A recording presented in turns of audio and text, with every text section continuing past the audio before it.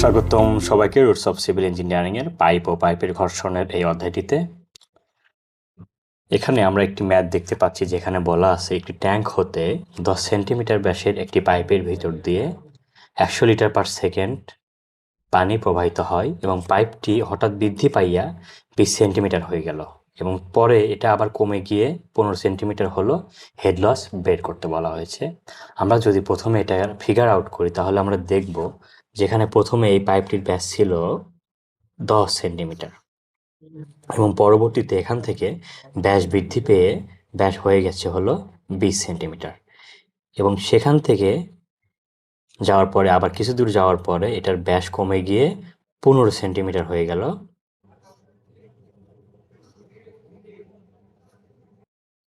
15 centimetre হয়ে গেল, অর্থাৎ এটা 10 সেন্টিমিটার, এটুকু হলো 20 সেন্টিমিটার এবং এটুকু 15 সেন্টিমিটার।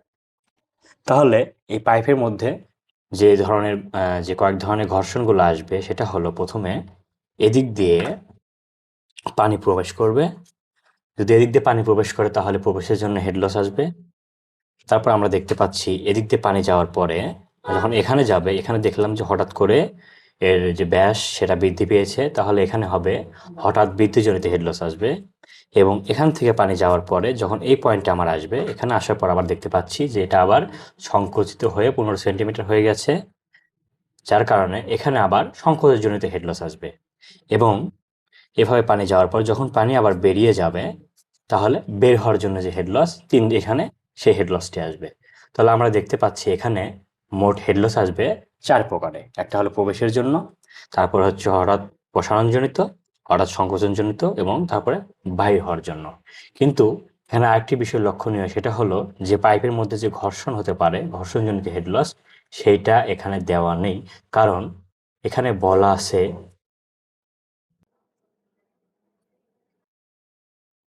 এখানে একটি বিষয় লক্ষণীয়, আর সেটা হলো এখানে আমাকে হেড লস বের করতে বলেছে। যদি এভাবে হেড লস বের করতে বলে তাহলে আমাদের এখানে কি কি ধরনের হেড লস আসতে পারে সেগুলো আলাদা আলাদাভাবে বের করে আমাকে আলাদা আলাদাভাবে অ্যান্সার লিখতে হবে। যদি কখনো মোট হেড লস চেয়ে বসে তবে সেক্ষেত্রে আমাকে সবগুলো হেড লস যোগ করেও অ্যান্সার লিখে দিতে হবে। তাহলে যেহেতু এখানে শুধু হেড লসের কথা বলেছে, তাই আমি কি করব, আমি সবগুলো যে কয়েকটি ধরনের হেড লস এখানে এসেছে সবগুলো হেড লস বের করে আলাদা আলাদাভাবে অ্যান্সার লিখব। দ্বিতীয়ত, এখানে যদি এই ধরনের ম্যাথগুলোতে যদি মেজর হেড লসের কথা বলা থাকে সেক্ষেত্রে ঘর্ষণ আসবে, আর যদি মাইনর হেড লস কথা বলা থাকে সেক্ষেত্রে, যদি মেজর হেড লস বলা থাকে তো তাহলে আমাকে ঘর্ষণজনিত হেড লস কাউন্ট করতে হবে।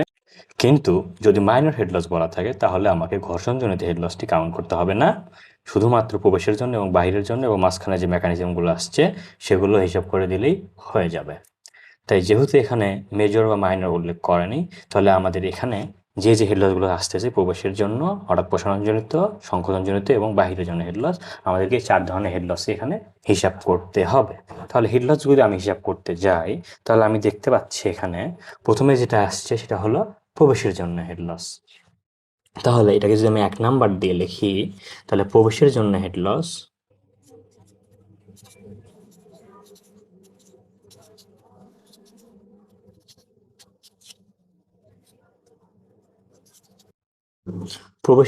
হেড লস জনিত সূত্র আমরা জানি 0.5 পি স্কোয়ার ভাগ হচ্ছে হলো 2g। দেখো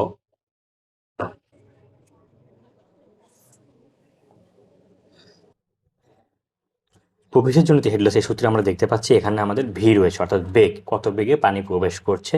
এটা আমি কই থেকে নির্ণয় করতে পারবো? আমরা একটা সূত্র জানি, সেটা হলো Q is equal to A V. দেখো আমরা কিউ আগে থেকেই জানি, এখানে কিউ দেওয়া আছে, সেটা হলো 100 লিটার পার সেকেন্ড।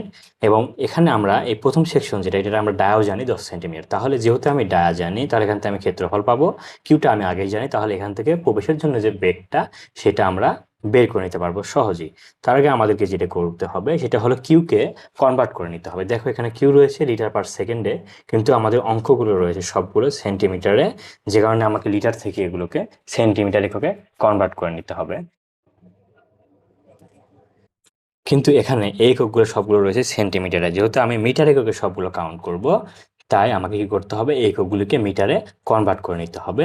যদি মিটারে কনভার্ট করি তাহলে আমরা জানি কিউ ইজ ইকুয়াল টু এখানে দেওয়া আছে 100 লিটার পার সেকেন্ড। যদি আমরা 100 লিটারকে আমরা মিটার কিউবে কনভার্ট করি, আমরা জানি 1000 লিটারে হচ্ছে হলো 1 মিটার কিউব। আমরা জানি 1 মিটার কিউব সমান হচ্ছে হলো 1000 লিটার। যদি আমরা এটাকে 1000 দ্বারা ভাগ করি তাহলে আমরা পাবো 0.1 মিটার কিউব পার সেকেন্ড। দেখো তাহলে এটা আমরা অলরেডি মিটার কিউব পার সেকেন্ডকে যদি কনভার্ট করেছি তাহলে আমরা এখান থেকে বেগটা নির্ণয় করি। প্রবেশের জন্য বেগ যদি আমরা লিখি তাহলে আমরা বেগ ভি ইজ ইকুয়াল টু লিখতে পারি কিউ ভাগ এ। তাহলে কিউ আমরা পেলাম 0.1 আর এ ক্ষেত্রফলটা আমরা পেলাম π/4। এখানে ডায়া দেওয়া রয়েছে 10 সেন্টিমিটার, আমরা লিখতে পারি 0.10। আমরা সেন্টিমিটারকে মিটার করে নিলাম, ভাগ হলো হোল স্কোয়ার। তাহলে এখান থেকে আমি ভিওনটা পাবো 12.73 মিটার পার সেকেন্ড। ঠিক সেমভাবে আমরা এটাকে যদি আমরা V1 ধরে নেই, এটার মধ্যে যে বেগ কাজ করবে সেটা হলো V2 এবং এটার মধ্যে যে বেগ কাজ করবে সেটা হলো V3। তাহলে আমরা সবগুলো বেগ নির্ণয় করে নিই। যদি আমরা এইরকম করে সবগুলো বেগ নির্ণয় করি, দেখো কিউ সবসময় সেম থাকবে কারণ সবগুলো পাইপের মধ্যে আমার নির্গমনটা সেম। তাহলে 0.1 মিটার কিউব পার সেকেন্ড। আর সবগুলো পাইপের ডায়া দ্বারা যদি আমি ভাগ করি, এই পাইপের ডায়া রয়েছে 20 সেন্টিমিটার অর্থাৎ 0.2 মিটার স্কোয়ার। তাহলে এখান থেকে আমি একটা বেগ পাবো এবং আরেকটি যদি দেখি তাহলে 0.1 π/4 এবং এই পাইপের ডায়াসিল হলো 15 সেন্টিমিটার। যদি আমরা মিটারে কনভার্ট করি তাহলে 0.15 হোল স্কোয়ার। তাহলে এখান থেকে আমরা 3টি বেগ পাচ্ছি, সেটা হলো এটা পেলাম 3.18 মিটার পার সেকেন্ড এবং এটা পাবো 5.66 মিটার পার সেকেন্ড।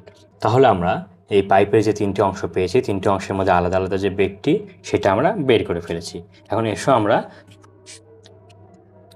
এসো আমরা তাহলে এই হেডলসগুলো বের করে নিই। তাহলে প্রবেশের জন্য হেডলস বের করতে এসে আমরা যদি এখন এখানে মানগুলো বসিয়ে দিই তাহলে 0.5, এই V1টা আমরা পেয়েছি 12.73 হোল স্কোয়ার ভাগ 2 9.8। যদি আমরা এই ক্যালকুলেশনে দিই তাহলে এখানে আমরা পাবো 4.13 মিটার।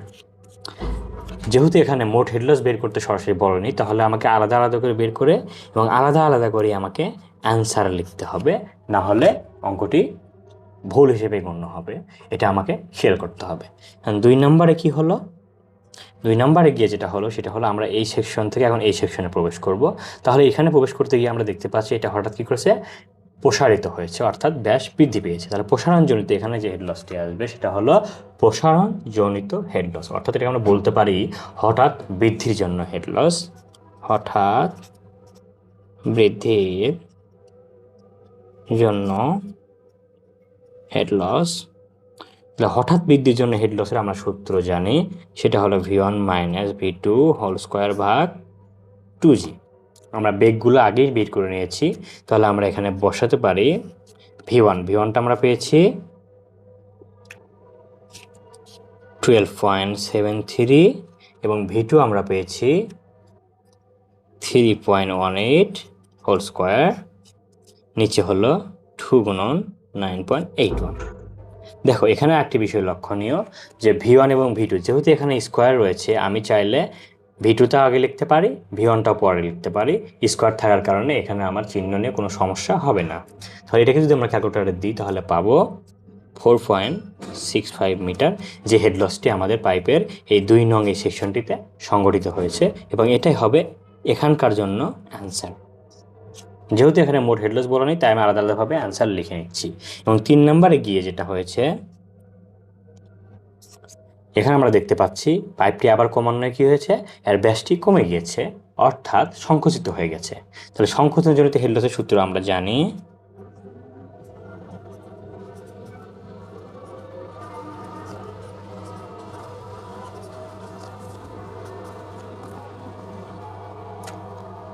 (0.375 V² ভাগ 2G। এখানে যে বেগটা সেটা হলো আমার এই সেকশনের মধ্যে যে বেগটি কাজ করছে সেটা, অর্থাৎ V3। তাহলে V3 আমরা পেয়েছি 5.66। এটা যদি আমরা এখানে বসে দিয়ে ক্যালকুলেশন করি, 375 গুণন 5.66 হোল স্কোয়ার টু 9.81, এটাকে যদি ক্যালকুলেটারে দিই তাহলে আমরা পাবো হঠাৎ সংকোচজনিত হেড লস 0.61 মিটার। আমরা এটাকেও আলাদাভাবে অ্যান্সার দিয়ে নিব। তাহলে এখন আমরা আসলাম শেষ পয়েন্টে। এখানে যেটা হচ্ছে সেটা হলো যে পানি বেরিয়ে যাচ্ছে। তাহলে পানি বের হয়ে যাওয়ার সময় একটি হেড লস রয়েছে, যেটা হলো বের হওয়ার জন্য হেড লস। তাহলে বের হওয়ার জন্য হেড লস সেটা আমরা এখন নির্ণয় করব। তাহলে এখন আমরা 4 নাম্বারটা বের করে ফেলি, সেটা হলো বের হওয়ার জন্য হেড লস।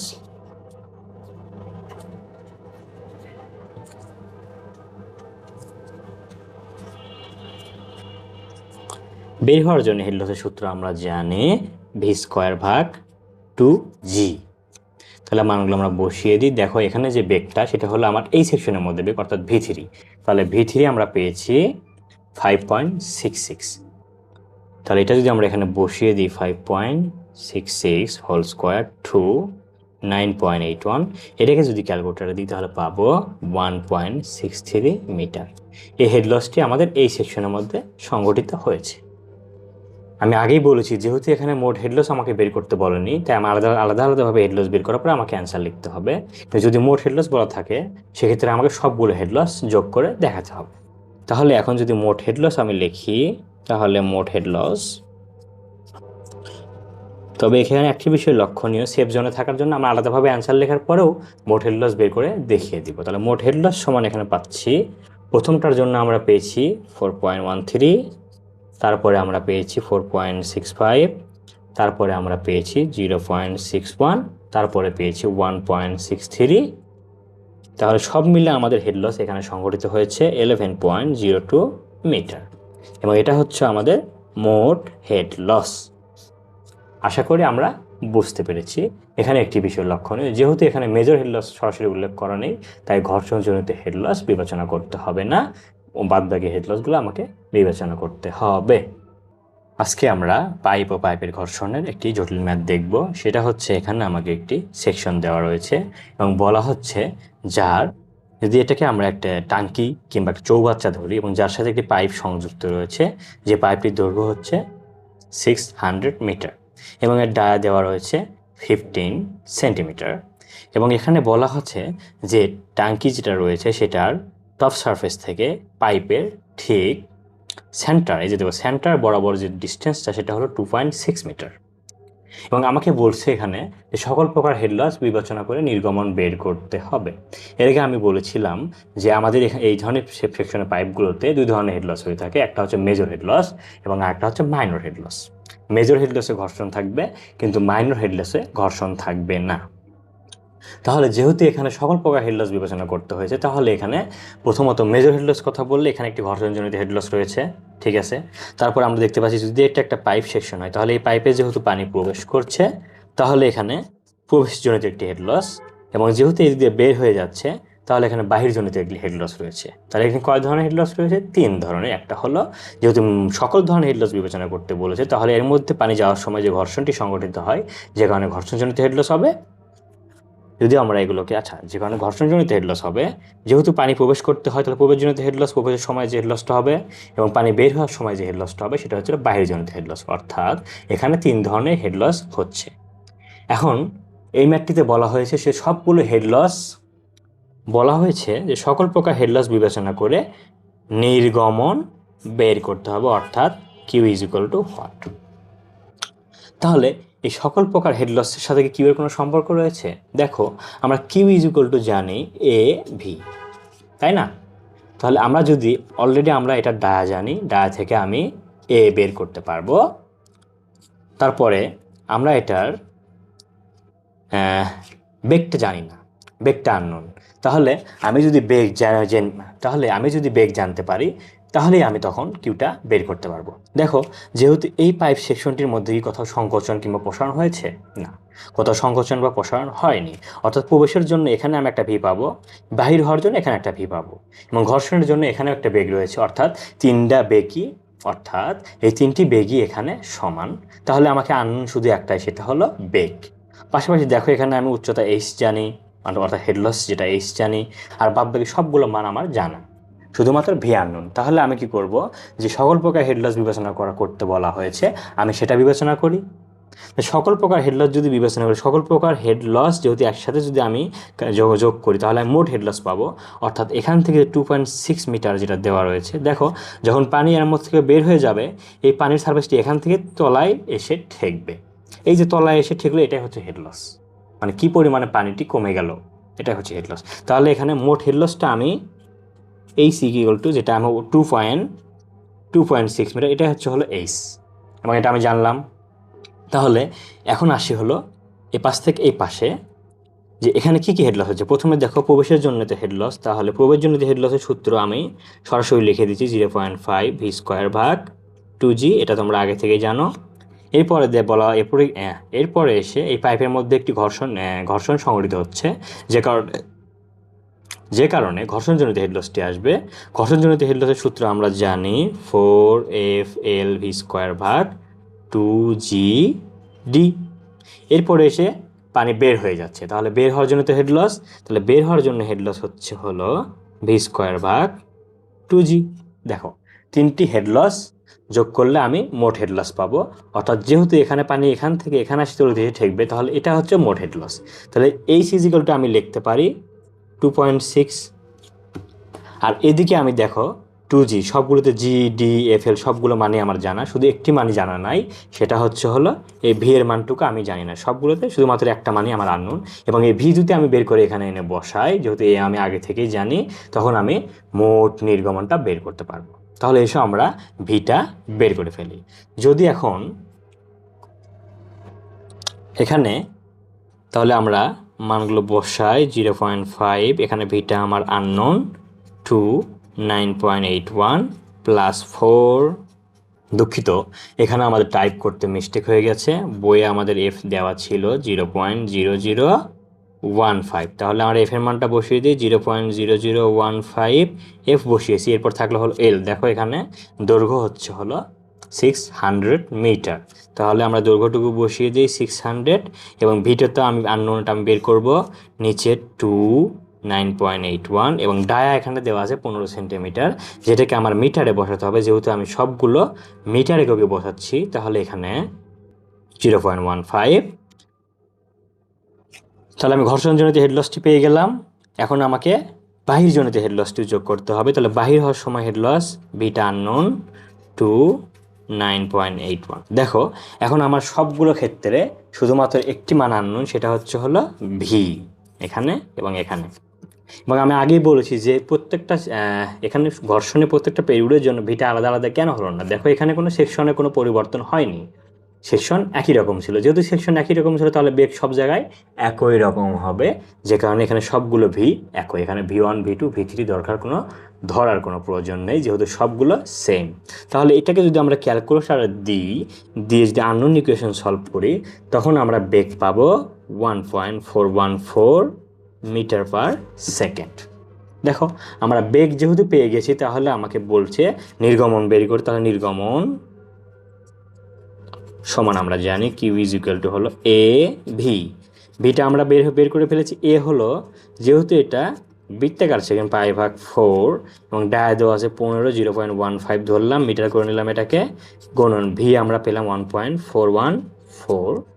তো এটাকে যদি আমরা এখন ক্যালকুলেটরে দিই তাহলে পাবো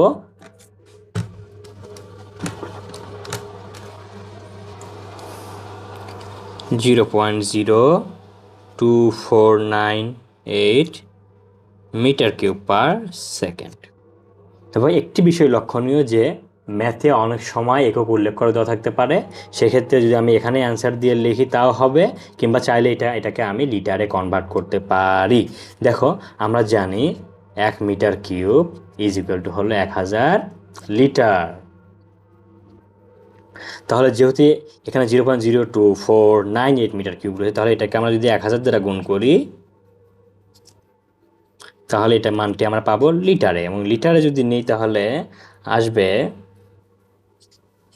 24.98, যেটা চাইলে আমরা 25 লিটার পার সেকেন্ড লিখতে পারি, এবং এটাই হলো আমাদের এই অঙ্কের অ্যান্সার। আশা করি তোমরা সকলেই বুঝতে পেরেছ। আজকে পর্যন্ত এটুকুই, সামনে দেখা হচ্ছে আরও জরুরি কোনো অঙ্কের সমাধান নিয়ে। আল্লাহ হাফিজ।